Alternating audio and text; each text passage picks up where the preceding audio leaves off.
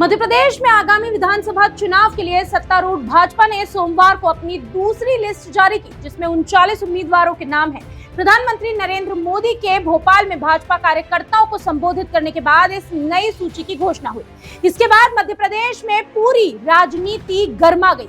आपको बता दें कि कांग्रेस भी अब सत्ते में है। भारतीय जनता पार्टी के 4 सांसद और 3 केंद्रीय मंत्री विधायक उम्मीदवार की लिस्ट में शामिल किए गए हैं। भाजपा की दूसरी सूची में 3 केंद्रीय मंत्री भी शामिल हैं। केंद्रीय कृषि मंत्री नरेंद्र सिंह तोमर, खाद्य प्रसंस्करण उद्योग राज्य मंत्री प्रहलाद सिंह पटेल, ग्रामीण विकास और इस्पात राज्य मंत्री फग्गन सिंह कुलस्ते। जहां नरेंद्र सिंह तोमर दिमनी सीट से चुनाव में उतर रहे हैं, वहीं प्रहलाद सिंह पटेल नरसिंहपुर और फग्गन सिंह कुलस्ते निवास से चुनावी रण में हैं। मध्य प्रदेश विधानसभा की 230 सीटों में से 78 यानी कि 78 सीट्स के लिए बीजेपी अपने उम्मीदवारों के नामों की घोषणा कर चुकी है। प्रधानमंत्री नरेंद्र मोदी के मध्य प्रदेश दौरे के बाद बीजेपी ने उम्मीदवारों की जो सूची जारी की, उसमें मध्य प्रदेश की राजनीति में अटकलों का बाजार भी गर्मा गया। पार्टी ने अधिकांश महारथियों को ही चुनावी मैदान में उतारा है। इनमें से 5 चेहरे तो ऐसे हैं जिन्हें हमेशा ही शिवराज सिंह चौहान के विकल्प के तौर पर देखा जाता रहा और इन्होंने पार्टी में अहम जिम्मेदारियों को निभाया है। इस लिस्ट के जारी होते ही कहा जाने लगा कि क्या मध्य प्रदेश बीजेपी गुजरात की तरह मुख्यमंत्री का एक नया चेहरा ढूंढ रही है? क्या बीजेपी शिवराज सिंह चौहान का विकल्प ढूंढ रही है? बहरहाल ये कहना भी मुश्किल है। मुरैना से सांसद और केंद्रीय मंत्री नरेंद्र सिंह तोमर एमपी में शिवराज सिंह चौहान के बाद बीजेपी का सबसे बड़ा और पसंदीदा चेहरा माना जाता है। पार्टी के प्रदेश अध्यक्ष भी ये रह चुके हैं। इसके बाद चुनाव प्रबंधन की सारी जिम्मेदारियां इस बार की उन्हीं के कंधों पर है।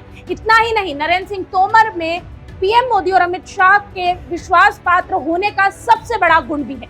ग्वालियर चंबल में उनकी जो छवि है, उनकी जो पकड़ है, वो काफी अच्छी है और इसी के चलते तोमर दिमनी से मैदान में है। इसी के साथ केंद्रीय मंत्री प्रहलाद सिंह पटेल दमोह से सांसद है। बुंदेलखंड में उनकी अच्छी पकड़ है। मध्य प्रदेश में ओबीसी समाज का एक बड़ा चेहरा माने जा रहे हैं।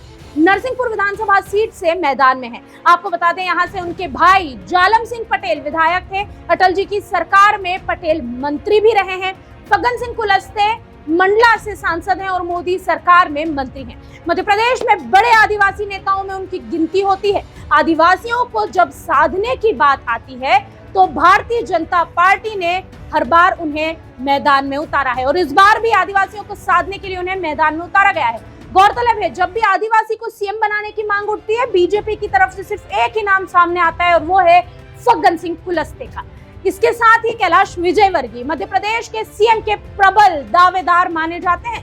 2018 के विधानसभा चुनाव में उन्होंने प्रदेश की राजनीति से किनारा किया, पश्चिम बंगाल में संगठन का काम देख रहे थे और इतना ही नहीं, विधानसभा चुनाव होने के बाद मध्य प्रदेश में सक्रिय थे। पार्टी ने उन्हें विधानसभा का ये टिकट देकर कहीं ना कहीं बड़े संकेत दिए हैं, क्योंकि जबलपुर से सांसद और पूर्व बीजेपी प्रदेश अध्यक्ष राकेश सिंह भी इस बार मैदान में हैं। पार्टी ने उन्हें भी टिकट दिया है। जबलपुर पश्चिम विधानसभा सीट से वो भी चुनाव लड़ेंगे। महाकौशल के बड़े नेताओं में उनकी गिनती होती है। आपको बता दें कि इंदौर शहर में जहां से कैलाश विजयवर्गीय ये चुनाव लड़ रहे हैं, ये सीट जो उन्हें दी गई है, वो अभी तक ऐसा कहा जाता है कि विजयवर्गीय जब भी मैदान में होते हैं और वो जिस भी सीट से मैदान में होते हैं तो वो सीट को अजय बना देते हैं। अब इसके लिए 2 नंबर सीट और महू इसके उदाहरण हैं। इंदौर के वो महापौर रह चुके हैं और उन्हें भी अमित शाह का करीबी माना जाता है। मध्य प्रदेश सरकार में मंत्री रहते हुए एक फोन पर अपना पद छोड़कर वो बीजेपी में संगठन में काम करने के लिए तैयार हुए। भाजपा में ऐसे नेता कम हैं जिन्हें 4 बार राष्ट्रीय महासचिव का पद दिया गया हो। पिछले 1 साल से राज्य की कोई भी जिम्मेदारी, किसी भी राज्य की बल्कि कोई भी जिम्मेदारी उन्हें नहीं दी गई। बावजूद इसके मध्य प्रदेश में संगठन को मजबूत करने पर वो लगातार काम करते रहे हैं। मध्य प्रदेश का चाणक्य इन्हें लगातार कहा जाता है और अभी भी कैलाश विजयवर्गीय के नाम पर अटकलें तेज है। बीजेपी की दूसरी लिस्ट के बाहर होने से मध्य प्रदेश का राजनीतिक पारा और चढ़ गया। कार्यकर्ताओं को संबोधित करते हुए प्रधानमंत्री नरेंद्र मोदी की सभा में उनका किसी का भी नाम ना लेना, बीजेपी का रिपोर्ट कार्ड जनता को देना और काम करने की गारंटी के बाद इन महारथियों को चुनावी रण में उतारना, ये बड़ा संकेत हो सकता है।